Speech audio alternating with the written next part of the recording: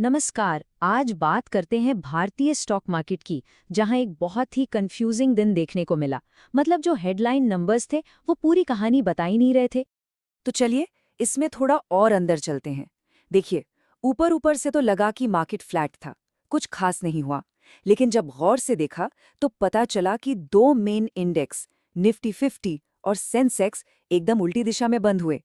एक ऊपर तो दूसरा नीचे। तो सवाल यह है कि आखिर चल क्या रहा था। असल में ये जो बटा हुआ फैसला था ना, वो इकोनॉमी के अलग अलग सेक्टर्स के बीच एक जबरदस्त रस्साकशी का नतीजा था। समझ लीजिए, एक तरफ कुछ सेक्टर बाजार को ऊपर खींच रहे थे तो दूसरी तरफ कुछ उसे नीचे। तो चलिए देखते हैं इस रस्साकशी में कौन किस तरफ था।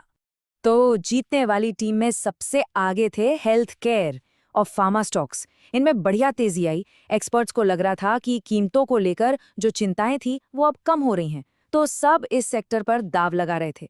इनके साथ साथ ऑटो स्टॉक्स ने भी गजब की रफ्तार पकड़ी, क्योंकि फरवरी में तगड़ी बिक्री की उम्मीद की जा रही थी।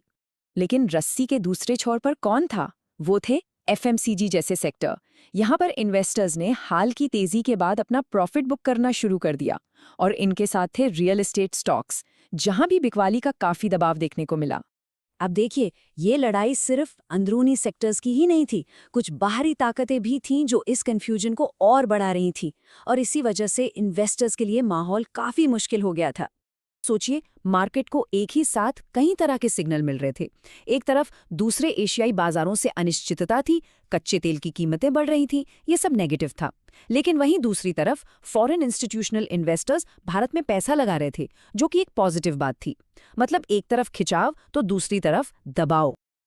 तो जब इतनी सारी कंफ्यूजिंग जानकारी हो, तो मार्केट के ओवरऑल मूड का अंदाजा कैसे लगाया जाए? चलिए, इसके लिए दो बड़े इंडिकेटर्स पर नजर डालते हैं जो हमें पूरी तस्वीर समझने में काफी मदद करेंगे। पहला है इंडिया विक्स। इसे फियर गेज भी कहते हैं, मतलब डर का मीटर। ये बेसिकली ये बताता है कि इन्वेस्टर्स को मार्केट में आने वाले समय को लेकर कितनी घबराहट या अनिश्चितता महसूस हो रही है। और यहीं पर कहानी का एक बहुत ही इंटरेस्टिंग मोड़ आता है। ये जो विक्स है वो असल में गिर गया। मतलब इस पूरी रस्साकशी के बावजूद बाजार में डर और आने वाली उथल-पुथल की आशंका कम हो गई। कमाल है ना? अच्छा, अब दूसरा इंडिकेटर देखते हैं, वो है पुट कॉल रेशियो यानी पीसीआर। ये हमें बताता है कि कितने लोग बाजार के गिरने पर दाव लगा रहे हैं और कितने लोग बाजार के चढ़ने पर। मतलब ये तेजी और मंदी वालों का रेशियो है।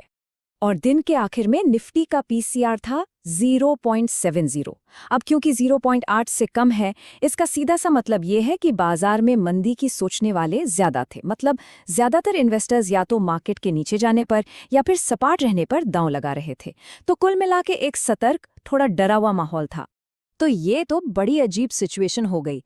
एक तरफ फियर गेज विक्स कह रहा है कि डर कम है, और दूसरी तरफ पीसीआर कह रहा है कि माहौल मंदी का है। बाजार एक जगह आकर अटक सा गया है।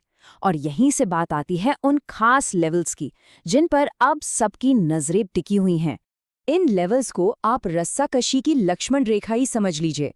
नीचे की तरफ है लगभग 25,030 का लेवल, जो एक तरह से जमीन या सपोर्ट है, जिसे खरीदार टूटने नहीं दे रहे। और ऊपर की तरफ है लगभग 25,700 का लेवल, जो छत या रेजिस्टेंस है, जिसे बेचने वाले पार नहीं करने दे रहे। फिलहाल मार्केट इन्हीं दो लेवल्स के बीच में फंसा हुआ है, कंसोलिडेट कर रहा है। अब अगर बाजार 25,700 की छत को तोड़कर ऊपर निकलता है तो एक नई तेजी आ सकती है, और अगर वो 25,300 की जमीन तोड़कर नीचे जाता है तो बिकवाली का दबाव और बढ़ सकता है। यही वो मूव होगा जो बताएगा कि इस रस्साकशी में आखिर कौन जीत रहा है। तो आखिर में हम एक बड़े सवाल के साथ रह जाते हैं। आज का दिन तो खिंचाव और दबाव का एक परफेक्ट बैलेंस था, लेकिन अब देखना यह है कि इन दो ताकतों में से कौन पहले हार मानता है और बाजार आखिरकार किस दिशा में अपना रास्ता बनाता है।